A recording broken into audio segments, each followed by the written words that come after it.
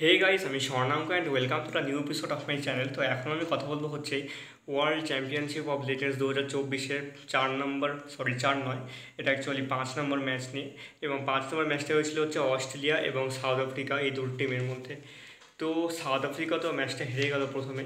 তো আজকে তাদের জেতার খুব প্রয়োজন ছিল, কিন্তু তারা কি জিতলো সেটা নিয়ে কথা হবে এই ভিডিওতে। তো প্রথমে ব্যাটিংয়ের নামে হচ্ছে অস্ট্রেলিয়া।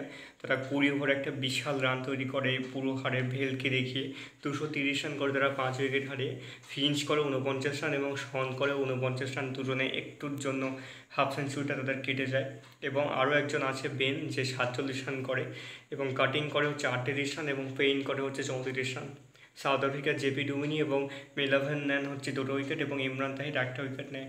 জবাবে সাউথ আফ্রিকা কিন্তু রানটা চেস করতে নিয়ে একদমই রানটা চেস করতে পারেনি। 20 ওভারে তারা 126 রানে 9টা উইকেট হারিয়ে ফেলে এবং তারা 104 রানে হেরে যায় এবং অস্ট্রেলিয়া 104 রানে এই ম্যাচটা জিতে যায়।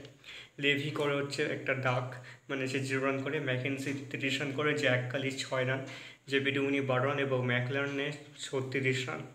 এই কয়জন প্লেয়ারই বেশ ভালো খেলেছিল, বাকিদের খেলাগুলো খুব খারাপ ছিল। ব্রেটলি 2 উইকেট পায় সেদিন এবং নাথান আর সেভিয়ার দুজনে 3টে করে উইকেট পায় এবং ড্যানিয়েল 1টা উইকেট নেয়।